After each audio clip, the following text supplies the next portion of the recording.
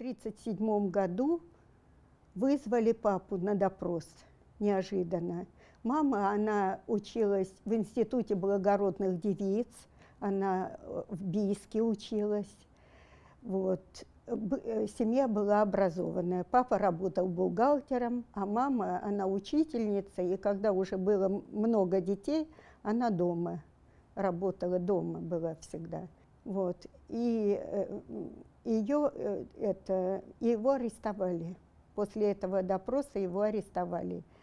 И в Красногорском был длинный барак такой, где помещали арестованных. И Галина, ей было 13 лет, а она подбежала к этому бараку, там был высокий забор, она нашла щель, и когда охранник с ружьем обходил этот барак кругом, она подбежала к окну и стала звать папу, кричать. И он из окна, значит, он подошел к окну и стал с ней говорить: «Скажи маме, я ни в чем не виноват, меня обвинили и меня приговорили к расстрелу». Вот это Галина в 13 лет. Вот последний раз она видела папу. А мама была беременная. Значит, у нас был Галина старшая, потом брат Александр, там потом Софья средняя, и я. Мне было 1 год и 8 месяцев, и мама родила вот ребенка, ему было всего месяц. Как только она родила, ее НКВД, тройка или НКВД вызвали на допрос. И ее заставляли подписать на папу ложные бумаги, что он враг народа. Мама не стала подписывать. И ее, значит, этапом тоже на пытки и в ГУЛАГ отправили. И нас осталось 5 сирот. Маленький, вот этот месячный, он умер сразу. 2 недели мы были у председателя, жили 2 недели у председателя колхоза. Потом нас посадили на подводу 4 и еще 7 Правдиных детей еще. И нас через горы повезли в Змеиногорск в распределительный пункт. Ну, по дороге у нас есть нечего было, и Галина то, что набросала в подводу подушки, какое-то покрывало, и в каких-то деревнях она, значит, обменивала на хлеб и молоко, чтобы кормить. Вот. После этого на распределительном пункте нас всех рассортировали по всему Советскому Союзу. Значит, на Кубань, Украина, Казахстан, и я осталась в Сибири. Я ничего не помнила, конечно, что у меня есть сестры и брат. Ничего об этом я не знала. Помню, вот в этом городе Камни во время войны она у нас, воспитательница, отбирала это. Нам давали по кусочку хлеба такому и по 2 кусочка сахара давали. 2 кусочка сахара. И она у нас отбирала. Потом ее судили. Отбирала что? Сахар отбирала. Но я никогда не отдавала. Я сразу съедала, проглатывала. Кто мочился в постель, тех выстраивали и стыдили их перед всем, чтобы матрасы вот выносили, сушили. Ну, было всякое там. Вас тоже стыдили? Тоже стыдили. Тоже до 7 лет я анурезом страдала. И потом я тогда, чтобы матрас был сухой, я ложилась под кровать. Уже спала под кроватью, просто на полу, чтобы этого не случилось. Да, было. Помню, Зина Лебедева, помню, к ней приехала мама, забрала ее из детского дома. Я уже постарше была. Сколько? Вот это, я уже была постарше, наверное, лет 7 мне было. К ней приехала, мама забрала ее. А объявляют, говорят, что вот к Зине приехала мама. Вот это. А я так хотела, чтобы у меня был отец. Я как-то пошла в магазин и к какому-то дяде пристала. Я говорю, будь моим отцом, возьми меня, пристала к нему. Помню, вот эта маленькая просила, чтобы меня забрали из детского дома. Что он сказал? Ну, не взял он меня, нет. Ну, я говорила, что папой моим будь, папой. Вот так. Подошла к нему. Было.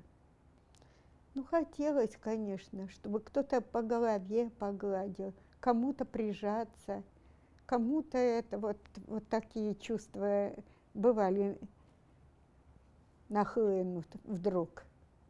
Вот это. Вы могли прижать? Ну, можно, да, была одна воспитательница.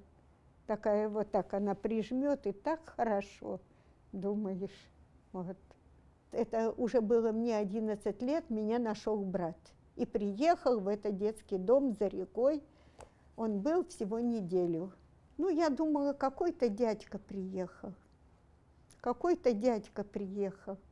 Он меня взял на другую сторону. Я не взяла фотографию, где я сфотографирована с ним. Вот.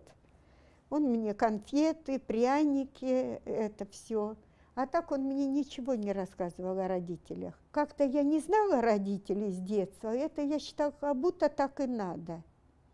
Я поэтому и вопросы не задавала ему. Я думала, все вот детвора, все носятся, все так, и значит, это так должно быть. Ну вот просто повстречались, просто сфотографировались, просто он мне там сладости покупал, несколько дней побыл и уехал, и все. Дети не знали. Даже в наших карточках, что поступали, там было написано, что наши враги народа. Нам не вот на каждого карточка такая, и там пишут, что кто наши родители. Мне по секрету воспитательница одна сказала, уже перед отъездом, как уехать в Армавир на Кубань. Она говорит, Юля, знаешь, кто твои родители? Будь осторожна. У тебя знаешь, что в карточке написано? А я же не знала этого. Она сказала, что твои родители репрессированные, эти, как враги народа, они в тюрьмах. Но это тяжело, я думала об этом все время. Почему они в тюрьмах? Я не могла понять, я и брата не спрашивала. А у меня в душе вот это все время было. Я была замкнутая. Как это так? Мои родители в тюрьмах. Я переживала это. В 16 лет меня взял из детского дома брат в Армавир, и он узнал адрес средней сестры, что она живет в Малаховке. И вот я поехала в Малаховку. Сейчас рот пересох. Иду через рынок, моя Галина, старшая сестра, стоит там, лавки, овощи она брала, у нее дочка Таня. И я прохожу через рынок, и ее уже очередь брать овощи. Она обернулась и смотрит на меня вслед. А я была в такой яркой юбке в клетку, и пока я не пропала из вида, она все смотрела мне вслед. В общем, я нашла ее адрес в Малаховке, и сижу там, дерево такое, сижу, и вдруг выбежали два близнеца, Витя, Саша, им по 4 года. Я спрашиваю, а как вашу маму звать? Они говорят, Галя. Ну, я все поняла, что я здесь, и сижу, жду. И вот она идет с девочкой, с Таней, с дочкой. Ну, я к ней подхожу, мне-то уже 22 года, наша первая встреча, вот это. Я только еще рот раскрыла, я говорю, Галя.